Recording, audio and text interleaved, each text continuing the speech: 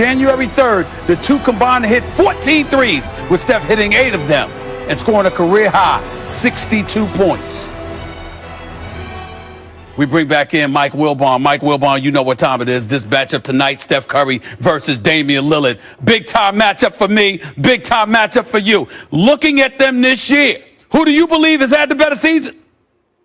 Oh, goodness. Stephen A., I'm not going to try to separate those two, because if there's a category of players I would pay to watch, if I take LeBron James and set him over here because he's in a category all by himself in so many ways, the next guys, the guys I'm putting my money down to see are Steph and Dame and Steph. You take one, I'll take the other. This season, I mean, if you go in past seasons, you're going to take Curry because he won championships. But right now, where they are, and Curry's playing on better teams, Dame, Steph, Dame. You going to tell me you can choose between Kyrie the two of Irving? them? No Kyrie Irving in terms of watching the show? You know what, Stephen A., he'd be right after that, right after those two. But I'm taking either one of those two first to pay to see. Hey, Kyrie, I don't know if he's going to play that night. I don't know if he's going to show. Those two guys are going to post.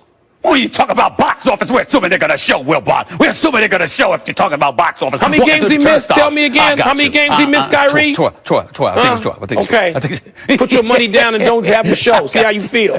Closing in on tip-off as James Harden makes his return to Houston as the Nets take on the Rockets. Harden scored over 18,000 points as a Rocket, second only to Hakeem the Dream Olajuwon. Royce Young looks back at the Beard's time in H-Town. It's the kind of trade that has become something of legend, the Harden trade, branching endless what-ifs about a lost Thunder dynasty. We had big plans that we were gonna, win a championship for years. That ended quick. Instantly, Harden validated his star power. First game I had like 37 points and like 12 assists. Next game I had 45 points. Those two games gave me that confidence that I was going to be all right. I was going to be good. At this point, it looked like his beard had grown a beard. He started the process of breaking basketball, pushing isolation offense to its limits, drawing fouls and shooting volume threes. He stockpiled scoring titles, winning the last 3, along with an MVP in 2018. He took the Rockets to the brink, twice to the Western Conference Finals, and a Game 7 home loss away from the Finals in 2018. We had opportunities. We just didn't have that extra juice that we needed. I think it's been clear that the Rockets, there are many attempts to find a partner in crime for James Harden. Like, that time has expired, unfortunately. He had star teammates, from Dwight to CP3 to Russ, each partnership running its course. The end of the Harden era in Houston brings reflection on those close calls and high-profile failures. But it was also the evolution of a quirky, crafty, unconventional scorer into an offensive savant. Harden's approach was debated and discussed. His relentless pursuit of the next bucket at all costs polarizing. It's not fun to watch a guy dribble the ball for 20 seconds and he still takes a shot. It's just not good basketball. Eventually, time ran out on finding the next lever to pull, and now Harden is moving on. But one thing's for sure, the beard ain't going anywhere.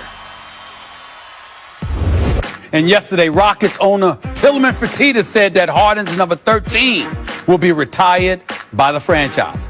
As for his current team, here's more of Harden's conversation with our very own Malika Andrews. When you came here, you coined the phrase scary hours to describe this team.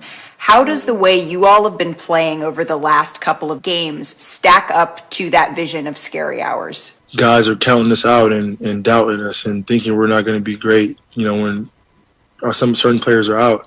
And so potential is going to be scarier when Kevin gets back. But for right now, we're holding it down and we're coming together as a team. Do you feel like the league has already been put on notice? I think they know, but when KD gets back, they'll definitely be on notice. Wilbon, let's go back to you. When you look at the Brooklyn Nets, what's the biggest question you want answered about this franchise right now? Can they play as the target, Stephen A? You know they can play. I'm over the stuff about defense. They can play well enough defensively when they need to. I'm over the thing about depth. They have enough depth on that roster. We've seen it from game to game.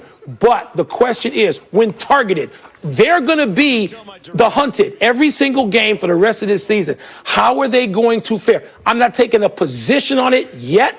I want to see it. I believe what James Harden said, oh my goodness. But how are they going to play when everybody's gunning for them every night the rest of the way? Oh, I got to talk to you later on. We got to get together. Only thing I'm worried about with them is injuries. If they're healthy, I ain't worried about them being the hunted. You got KD. What's wrong with you, Mike Wilbon? We're going to have this conversation for dinner. We're going to have this conversation. But you know what's up next, Mike? Oh, no, you did it. Stay right there, Mike Wilbon. Oh, no, you did it. You know what time it is. Let's go to number 5 on the list. Look at Carmelo Anthony, LaMelo Ball hugging one another before they went at each other the other night.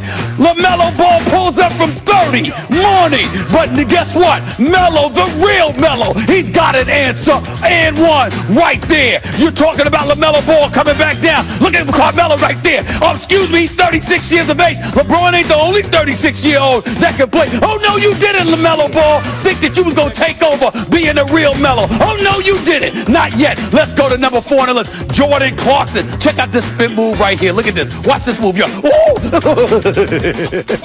Shook him to his boot. Shook him with his pants. Put him on the floor. That's just embarrassing right now. Michael Carter Williams, what's going on, bro? You okay? Are you all right? I just want to know, because that was kind of embarrassing. Oh, no, you didn't, Jordan Clarkson. Do that to that man. About to win 6th Man of the Year award. Oh, no, you didn't. Way to go, my man. Utah handling their business, but so is that kid. That's a big reason why. Number 3 on the list. I don't even know how to pronounce this dude's name right here.